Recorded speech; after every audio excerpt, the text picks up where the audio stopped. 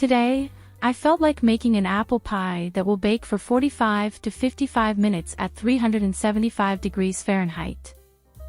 I have 4 small Granny Smith apples and 2 large Gala apples. I have found that these apples hold up well. I peeled and cut the apples into large slices. I add 2 tablespoons of cinnamon, 1 tablespoon of flour, and 1/4 cup of sugar. You can add more cinnamon if you wish. I toss the apples well so that all of the slices are covered with the sugar, cinnamon, and flour. The flour will act as a thickening agent for the juices from the apples, as they bake inside the pie crust.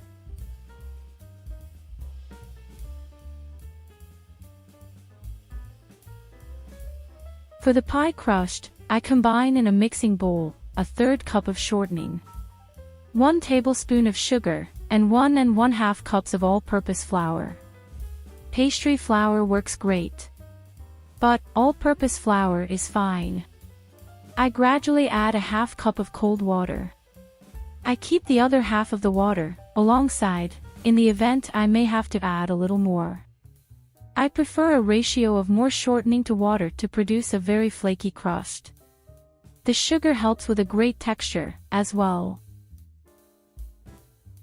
I have a heavy, ceramic 12-inch pie plate that is about 2 inches deep. A standard pie baking dish is 9 inches and 1 1/4 inches deep. I prefer the heavier one I have here. I spray the pie dish with vegetable spray and set it aside. Now it is time to roll out the dough into 2 pieces. One for the bottom and one for the top of the apple pie. I flour my working surface. I work the pastry dough enough to shape it. You do not want to overwork this dough. It is forgiving because of the sugar. I learned this the hard way before I found the secret of adding sugar. Before this, my crusts were not as flaky as I would have liked. I have heard you can add apple juice instead of the sugar. I did experiment with this, but I prefer the sugar. Make sure you keep your rolling pin well dusted with flour.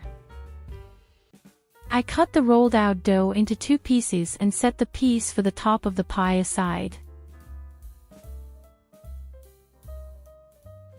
I roll the dough thin enough to be about 1/8 of an inch thick. Don't panic, however, if you cannot grab the dough up from the surface in one piece. This is where the forgiving comes in. If the dough tears, you can still piece the pieces together, because of the sugar. As the crust cooks, the sugared dough melts together.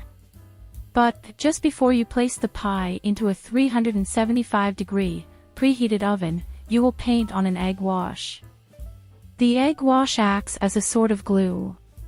Any places on the crust where you had to patch a tear, seals smoothly together.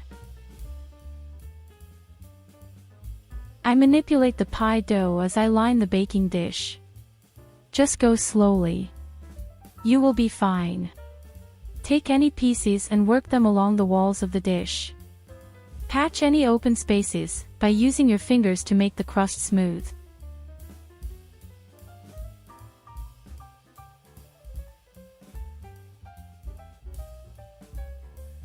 Tuck into the corners and smooth them down. Time to add the apples.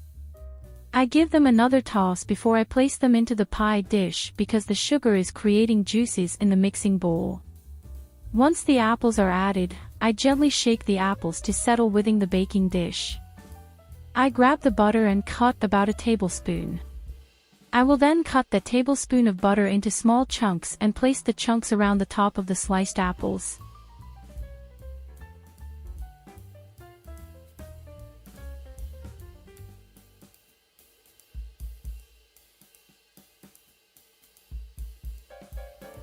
Time to roll out the top, using the same technique as I used for the bottom.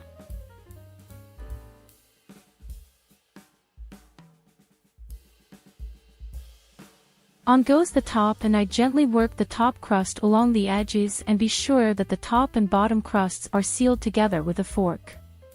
Make sure you dust your fork into the flour so you do not tear the pastry dough. And, finally, I will paint on the egg wash with a silicone brush. Then into the oven for 45 to 55 minutes. I will check after about 20 minutes and then place a piece of aluminum foil over the pie to keep the crust from burning. I put a hole in the middle of the top to act as a steam vent for the apples as they bake inside the pie crust. I hope you try this apple pie recipe. I think that almost everyone loves this kind of pie. I will leave this on the cooling rack and serve it for dessert, topping it with ice cream or maybe whipped cream. Thanks for watching. Please hit the like button for this video and subscribe to my channel. See you next time.